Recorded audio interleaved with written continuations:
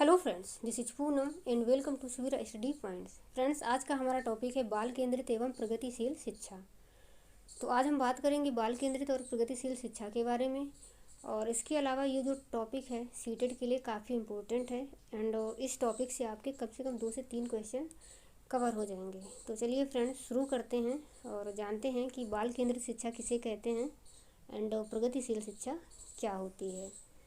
तो सबसे पहले हम बात करेंगे कि बाल केंद्रित शिक्षा के जो समर्थक हैं वो जॉन डीवी हैं और भारत में इसके समर्थक हैं गिजू भाई बधेका।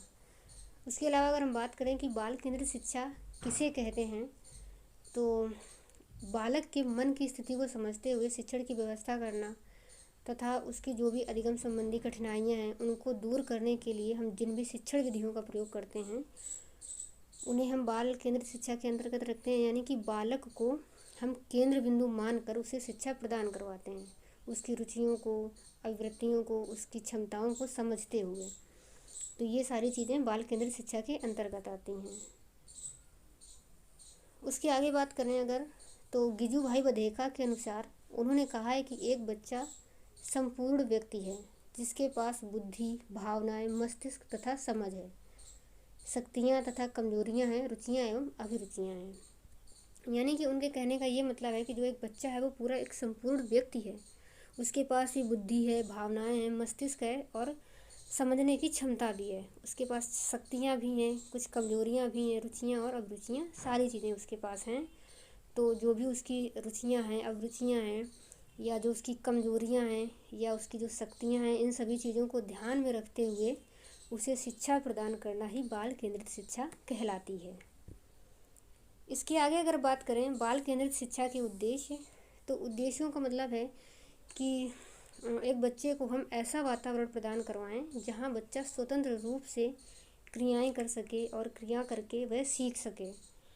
तो बाल केंद्रित शिक्षा का प्रमुख यही उद्देश्य होता है कि उसे एक तो पहली बात तो भय मुक्त वातावरण उपलब्ध करवाना है ताकि वह स्वतंत्र रूप से सीख सके, और उसके साथ सहानुभूतिपरक व्यवहार करना। और इसके अलावा जब ये सारी चीज़ें करेंगे तो उसके संपूर्ण व्यक्तित्व का विकास होगा और वह सीखने के लिए प्रेरित होगा। तो ये सारी चीज़ें क्या हैं, बाल केंद्रित शिक्षा के उद्देश्य हैं। उसके बाद अब हम बात कर लेते हैं बाल केंद्रित शिक्षण के सिद्धांत। तो यहाँ पर पहला सिद्धांत दिया हुआ है रुचि का सिद्धांत। कहने का मतलब ये है कि हम बच्चों को उनकी रुचियों के हिसाब से यदि शिक्षा उपलब्ध करवाते हैं तो बच्चे रुचि लेते हैं और अच्छे से सीखते भी हैं। प्रेरणा का सिद्धांत मतलब बच्चों को अधिगम के लिए प्रेरित करना चाहिए और जब वे प्रेरित होंगे तो चीज़ों को अच्छे से सीखेंगे। चयन का सिद्धांत यानी कि एक जो बच्चा होता है हम उसे उसकी योग्यताओं, क्षमताओं के हिसाब से विषय वस्तु का चयन करें और उसके अनुरूप उन्हें शिक्षा उपलब्ध करवाएं।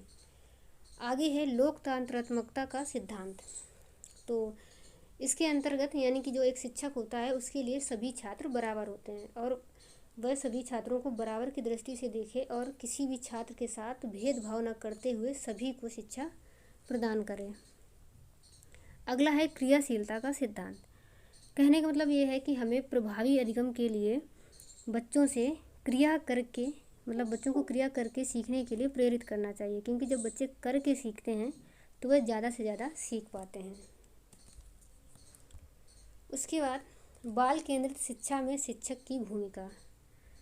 तो बाल केंद्रित शिक्षा में शिक्षक विद्यार्थियों का सहयोगी एवं मार्गदर्शक के रूप में कार्य करता है। यानी कि यहाँ पर जो शिक्षक है वह सिर्फ आदेश नहीं देता है कि मैं जैसा कहूँ वैसा ही करो, बल्कि वह क्या होता है, विद्यार्थियों का सहयोगी होता है और एक मार्गदर्शक के रूप में कार्य करता है। उसके बाद अब हम बात कर लेते हैं प्रगतिशील शिक्षा की। यानी कि प्रगतिशील शिक्षा की अगर बात करें तो इसमें भी महत्वपूर्ण योगदान है जॉन डीवी का, और उनके द्वारा एक समर्थित जो लैब विद्यालय था वो प्रगतिशील शिक्षा का प्रमुख उदाहरण है। यानी कि जब हम बच्चे को उसकी अभिवृत्तियों, इच्छाओं के अनुसार पढ़ाते हैं तो उनका शैक्षिक स्तर बढ़ जाता है, क्योंकि जब बच्चे अपनी रुचियों के हिसाब से सीखेंगे तो उनका पढ़ने में मन भी लगेगा, और जब पढ़ने में मन लगेगा तो उनका शैक्षिक स्तर भी बढ़ जाएगा, जिसे प्रगतिशील शिक्षा कहते हैं। प्रगतिशील शिक्षा के अनुसार शिक्षा बच्चे के लिए बनी है, ना कि बच्चा शिक्षा के लिए। यानी कि इनके हिसाब से ये बोला जाता है कि जो शिक्षा है वो बच्चे के लिए बनी है, ना कि बच्चा शिक्षा के लिए। यानी कि जब अगर हमें बच्चे को शिक्षा देनी है तो सारी चीज़ें बच्चे के अनुरूप होनी चाहिए। तो शिक्षा जो है वो बच्चे के लिए बनी है। उसके बाद हम कुछ क्वेश्चंस की प्रैक्टिस कर लेते हैं। तो यहाँ पर पहला क्वेश्चन है, बाल केंद्रित शिक्षा का समर्थन निम्नलिखित में से किस विचारक द्वारा दिया गया। तो ये हमने स्टार्टिंग में ही बताया था कि इसके समर्थक हैं जॉन डीवी। तो ऑप्शन हमारा सेकेंड नंबर सही हो जाएगा। अगला क्वेश्चन है, जॉन डीवी द्वारा समर्थित लैब विद्यालय के उदाहरण हैं फैक्ट्री विद्यालय, प्रगतिशील विद्यालय, पब्लिक विद्यालय या फिर सामान्य विद्यालय। तो जॉन डीवी ने जो लैब विद्यालय खोले थे वो प्रगतिशील शिक्षा के लिए थे। तो ऑप्शन हमारा सही हो जाएगा सेकेंड नंबर, यानी कि प्रगतिशील विद्यालय। उसके बाद अगला क्वेश्चन है, बाल केंद्रित शिक्षा के क्षेत्र में निम्नलिखित में से किस भारतीय शिक्षा विधि की भूमिका सर्वाधिक उल्लेखनीय रही है। तो अगर भारत के परिप्रेक्ष्य में हम देखें तो इसके लिए हैं गिजुभाई बधेका। तो ऑप्शन हमारा थर्ड नंबर सही हो जाएगा। उसके बाद अगला क्वेश्चन, शिक्षा के अंतर्गत पिछड़े हुए और मंदबुद्धि तथा प्रतिभाशाली बालकों के लिए शिक्षा का विशेष पाठ्यक्रम देने का प्रयास किया जाता है। तो प्रगतिशील शिक्षा, नवीन शिक्षा, बाल केंद्रित शिक्षा या फिर सर्व शिक्षा। तो ऐसा किया जाता है बाल केंद्रित शिक्षा के अंतर्गत, क्योंकि बाल केंद्रित शिक्षा के अंतर्गत ही मंदबुद्धि तथा प्रतिभाशाली बालकों, यानी कि जिस टाइप का भी बालक होता है उसके हिसाब से पाठ्यक्रम देने का प्रयास किया जाता है। अगला क्वेश्चन है, एक बाल केंद्रित कक्षा में बच्चे सामान्यतः सीखते हैं वैयक्तिक और सामूहिक दोनों रूप से, मुख्य रूप से शिक्षक से, वैयक्तिक रूप से या फिर समूहों में। तो जो भी बाल केंद्रित शिक्षा होती है वहाँ पर बच्चे सामान्यतः वैयक्तिक रूप से भी सीखते हैं और सामूहिक रूप दोनों से ही सीखते हैं।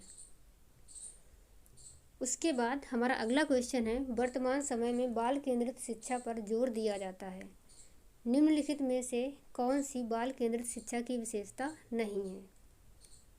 बालक के सर्वांगीण विकास पर जोर देना, बालक के मनोविज्ञान को समझना, बालक को केवल तथ्यात्मक ज्ञान से अवगत कराने पर जोर देना या फिर बालक के मनोविज्ञान को समझते हुए उसकी समस्याओं को दूर करना। तो इसमें पूछा गया है बाल केंद्रित शिक्षा की कौन सी विशेषता नहीं है। तो यहाँ पर क्या है, ऑप्शन हमारा सही हो जाएगा तीसरा, क्योंकि इसमें बोल रहा है बालक को केवल तथ्यात्मक ज्ञान से अवगत कराने पर जोर देना, यानी कि सिर्फ तथ्यों के रूप में उसे ज्ञान देना ये सही नहीं है। तो ऑप्शन हमारा तीसरा नंबर सही हो जाएगा। उसके बाद अगला क्वेश्चन है, आजकल शिक्षा के विभिन्न आधारों पर विशेष जोर दिया जाता है, आधुनिक शिक्षा प्रणाली के एक समर्थक के रूप में आपके अनुसार बालक की शिक्षा निम्नलिखित में से किस पर आधारित होनी चाहिए। बालक के आर्थिक स्तर पर, सामाजिक स्थिति पर, इच्छा एवं रुचि पर, बालक की मूल प्रवृत्तियों, प्रेरणाओं और संवेगों पर। तो यहाँ पर ऑप्शन हमारा 4 सही हो जाएगा, क्योंकि आर्थिक स्तर पर मतलब यानी कि आर्थिक स्थिति के हिसाब से हम बालकों को शिक्षा थोड़ी ना देंगे, क्योंकि हमें तो सभी को शिक्षित करना है। और सामाजिक स्थिति को भी नहीं ध्यान में रखना है, क्योंकि हमें सभी को शिक्षित करना है। एंड बालक की इच्छा एवं रुचियों को ध्यान में रखना है, लेकिन इच्छा और रुचि एक ही बात है। तो यहाँ पर हमारा ऑप्शन सही हो जाएगा मूल प्रवृत्तियों, प्रेरणाओं और संवेगों पर। अगला क्वेश्चन है, बाल केंद्रित शिक्षा के समर्थक के तौर पर आपके अनुसार निम्नलिखित में से किसका महत्व सर्वाधिक है। शिक्षक बालक के व्यक्तित्व का कहाँ तक विकास कर पाता है।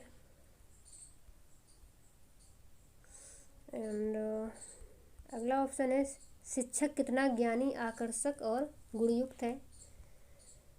शिक्षक अपने विद्यालय को कितना अधिक दर्शा पाने में सक्षम है। शिक्षक की पहचान का दायरा कितना विस्तृत है। तो इसका पहला ऑप्शन क्या था, शिक्षक बालक के व्यक्तित्व का कहाँ तक विकास कर पाता है।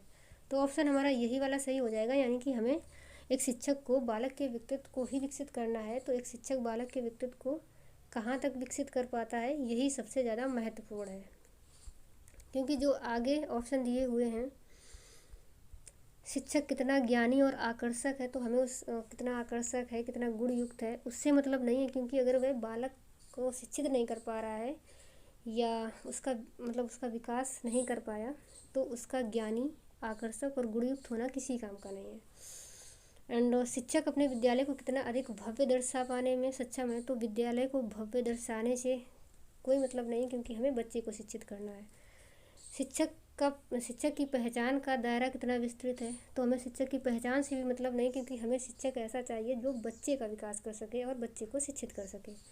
तो ये सारे ऑप्शन गलत हैं और ऑप्शन हमारा पहला वाला सही है। उसके बाद हमारा अगला क्वेश्चन है, बाल केंद्रित शिक्षा द्वारा निम्नलिखित में से क्या संभव नहीं हो सकता। बाल मनोविज्ञान की सहायता से बच्चों के पाठ्यक्रम में सुधार, प्रत्येक बालक पर शिक्षक द्वारा विशेष ध्यान दिया जाना, प्रत्येक बालक पर पृथक रूप से ध्यान नहीं दिया जाना, एंड अगला ऑप्शन है प्रत्येक बालक की विशेष आवश्यकताओं को समझना। तो यहाँ पर पूछा गया है क्या संभव नहीं हो सकता। तो बाल मनोविज्ञान की सहायता से बच्चों के पाठ्यक्रम में सुधार किया जा सकता है, एंड प्रत्येक बालक पर शिक्षक द्वारा विशेष ध्यान दिया जाना चाहिए, क्योंकि बाल केंद्रित शिक्षा के अंतर्गत यही आता है कि हमें बालक को ध्यान में रखना है।